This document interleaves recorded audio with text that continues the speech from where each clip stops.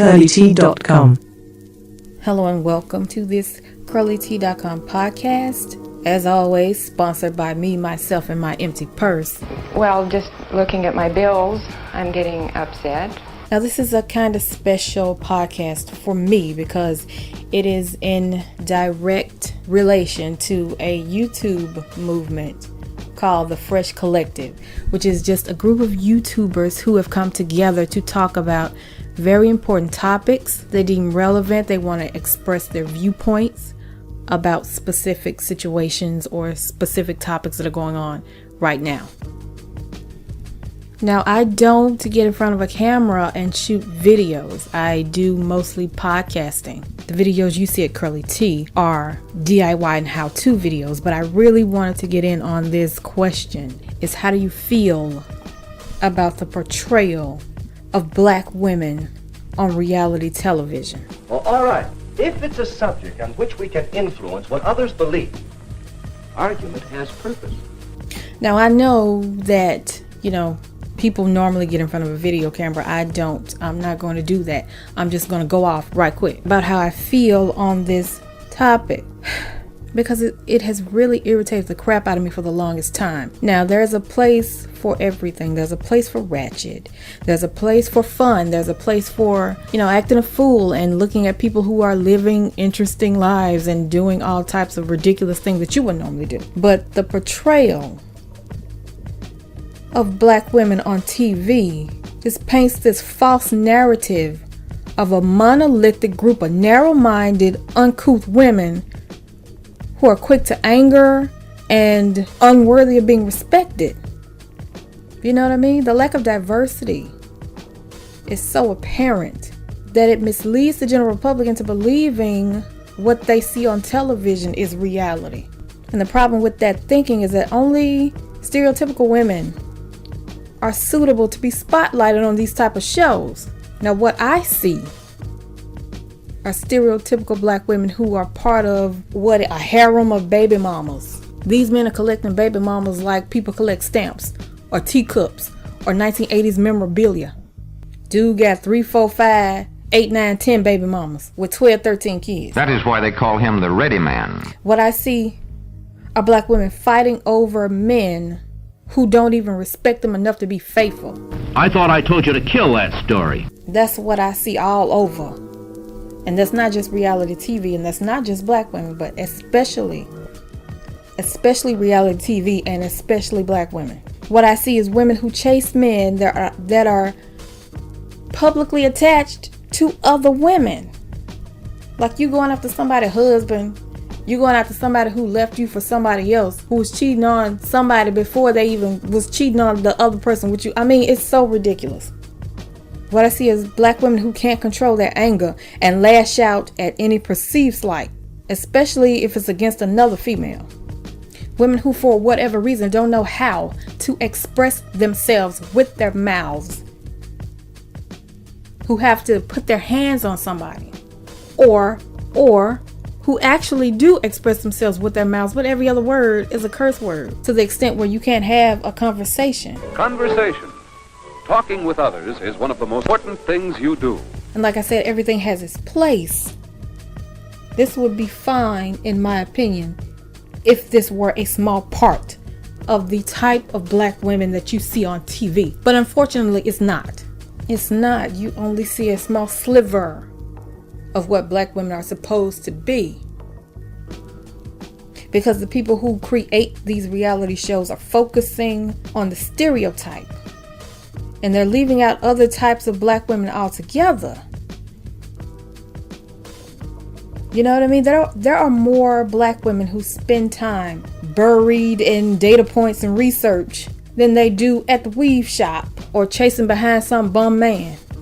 There are black women who spend more time taking care of their families than they do dropping it low and spreading it wide at the club. You better believe it, honey. Now, if you black, you know women like this because you were probably raised by a woman like this. Even if you weren't raised by a woman like this, you have aunts, grandmothers, sisters, cousins, play cousins, best friends who don't fit that stereotype. They're at home taking care of their families. They were at home taking care of you or your cousins or your best friend. You know what I mean? There are more black women who spend time trying to have productive conversations and expressing themselves creatively than they do cussing people out and acting a damn fool.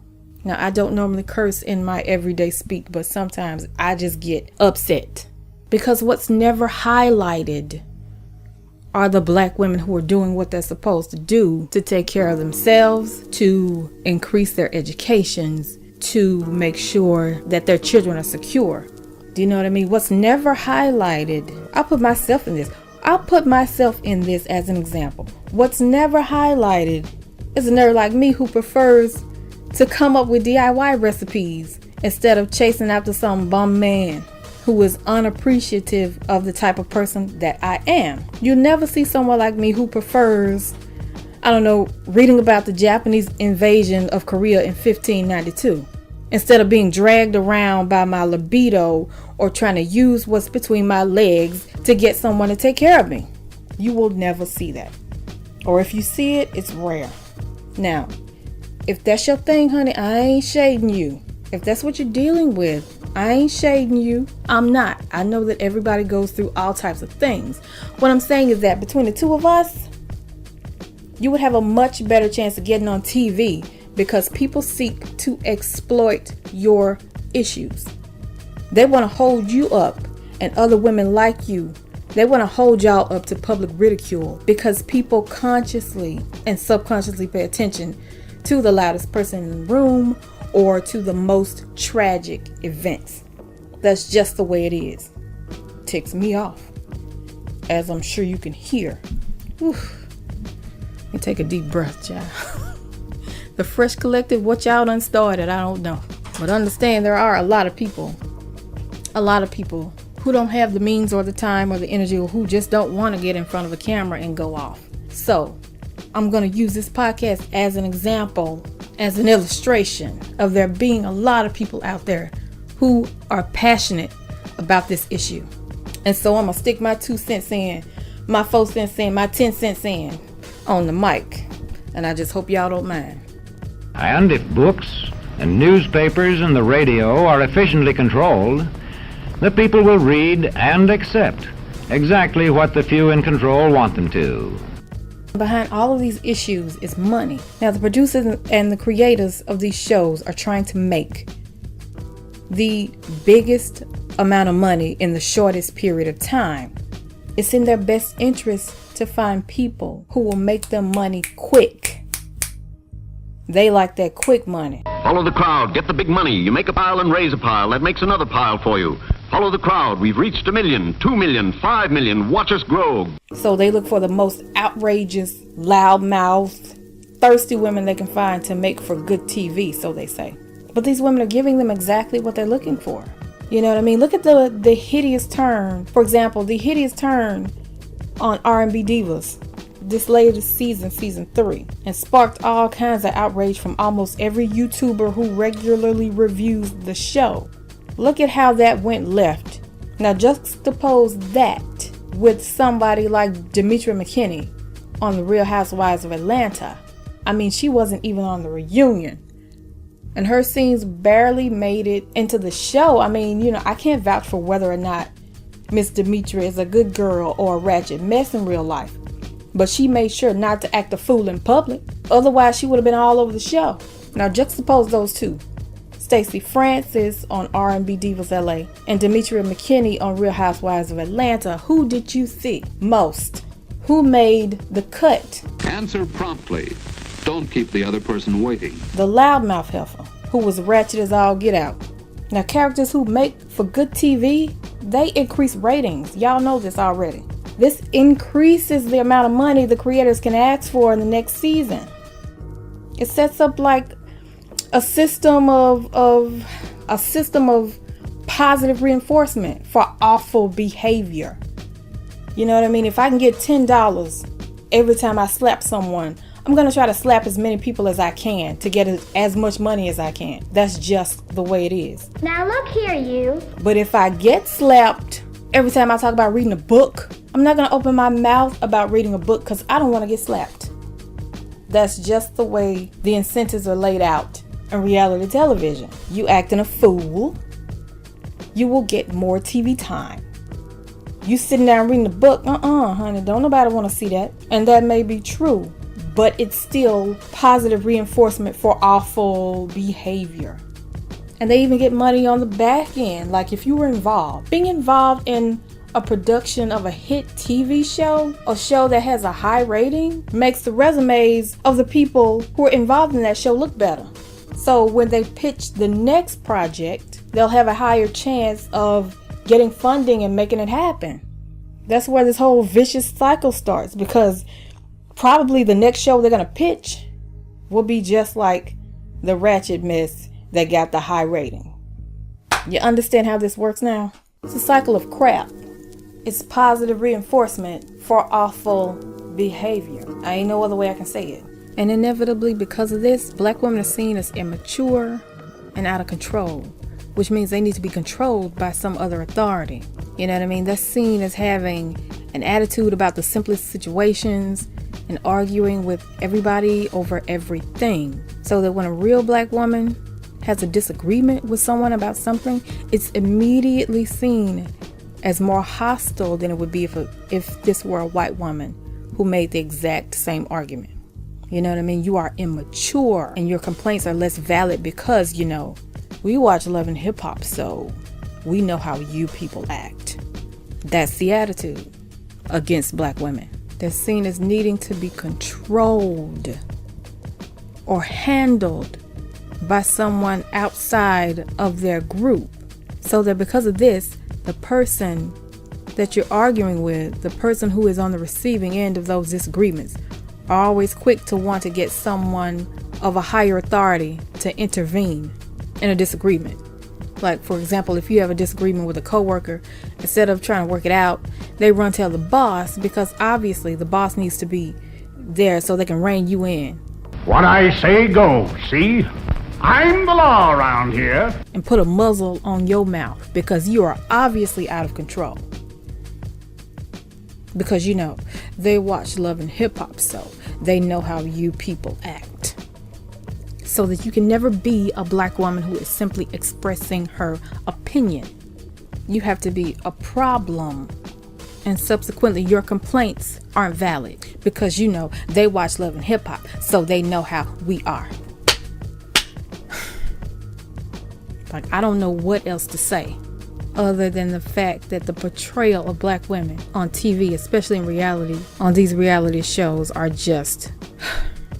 Like I said, I would feel differently if this were a small segment of the number of black women you see, but the majority of black women you see seem to be on reality television, and they seem to always be acting a fool over something, anything, it don't matter. Over somebody else's man. Why you cussing somebody over somebody else's man? He was never your man.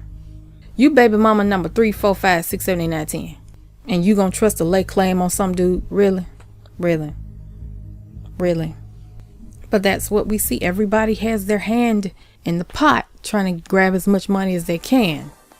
And sort of because of this, we can never just fully enjoy anything without worrying about the way it's going to appear in the eyes of people who are unfamiliar with who we are. Almost every time I see a reality show, I'm rolling my eyes like, oh my God. Here we go again with this same nonsense. The same mess, the same type of storylines, the same people acting the same types of fool, the same types of fool, the same types of foolish situations, the same type of foolishness. And so ultimately, instead of just enjoying this for the guilty pleasure that it is, some of us can't get away from the worry about the consequences from other people who think it's okay to treat all of us as big booty belly warmers. Never the respected wife, never the respected girlfriend, never the respected business owner. Because as we saw from sorority sisters, even if you own your own business, you still get that TV time when you are acting a fool. And subsequently, nobody cares about what you're trying to accomplish, what you're trying to do, what your business is about. They don't care about your bottom line. They don't care about what you are attempting to achieve, the merit. They don't care about that. They care about you arguing with this other girl over something stupid. Speaking of sorority sisters, I'll use that as an example. Did you ever see Adrene trying to make payroll? No. Did you see her at the desk balancing the books? No. Did you see April losing her mind trying to study for all of those exams she had to take? No. Did you see her in the library doing research? No. I mean, from my understanding, that young lady is degreed up. But you didn't see that. Working on a doctorate, did you see that? No, because that's not good TV. So how do I feel about the portrayal of black women on TV? I'm sure you can guess by now. Like I said, I wouldn't even have an issue with this if this were part of something larger, of something bigger, of something more diverse and more important. Or if you saw the whole thing, the whole storyline of somebody, you not only saw them going off and cussing people out, you saw them making it happen, running that business, making that payroll, getting that degree, and you saw an equal amount of both. Like, I wouldn't even care about Love and Hip Hop if it were just one of many different reality-based TV shows that didn't solely focus on the conflict and the drama. And I guess some people would say, well, would you watch if it were just about, positivity?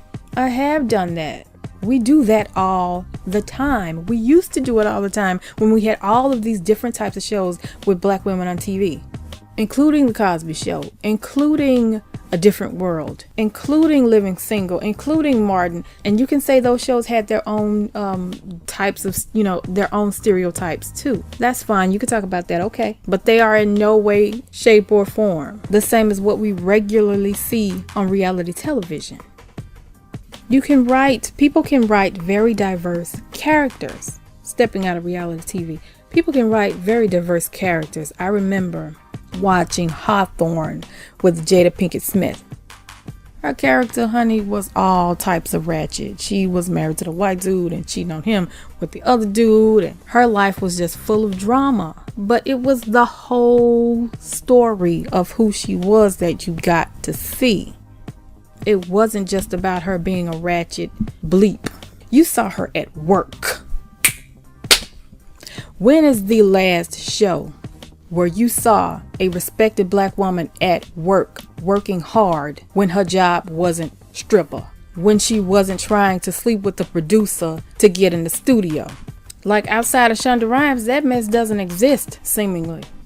And again, I don't know how many times I have to say this, but like I said, I wouldn't care as much about any of this reality mess if it were in context, if it were part of something larger, something more diverse. So like I said, we ain't a monolith. We're not all a group of narrow-minded, uncouth folk who don't know how to control themselves, who are unworthy, like I said earlier, unworthy of being respected. That ain't all us. It just ain't. But I don't know how else to express this, because I'm gonna need you to see that instead of just hearing me talk about it. I'm going to need to see that on reality TV. How do I feel? Pissed. That's how I feel. Are you through already? Anyway, thank y'all so much for listening to this special edition of the CurlyT.com podcast. You can hear more Curly T podcasts by going to CurlyT.com, where we focus mainly on empowering people to make their own hair care and skincare products. So if you're interested, you should head over and check it out. You can also listen to the Curly T podcasts on iTunes and Stitcher Radio. And don't forget to look for Curly T on social media. On Twitter, Curly T Consult, one word, Curly T Consult. Facebook, Curly T. Instagram, Curly T Consult. Check out our Pinterest boards where we have DIY advice and natural hair boards. Curly T over there also. So if you want to find Curly T, you can find us. And if you are so inclined, please sign up to become a subscriber at the CurlyT.com website. And if you want to, you can become a sponsor so that we can make more videos and get more ingredients and experiment and make more recipes and create more podcasts. And if not, you tell somebody who knows somebody who knows somebody to tell somebody to come to CurlyT.com and become a subscriber or a sponsor or both. Any type of participation is greatly appreciated. Anyway, thank y'all for being patient and listening to this rant And shout out to all the people who created the Fresh Collective and all of the YouTubers who are a part of it. Talk to y'all soon. Thank you for listening to this podcast. Don't forget you can add your blog posts, opinions, recipes, and links to your business and social media websites by signing up and becoming a subscriber at KELLEY.com.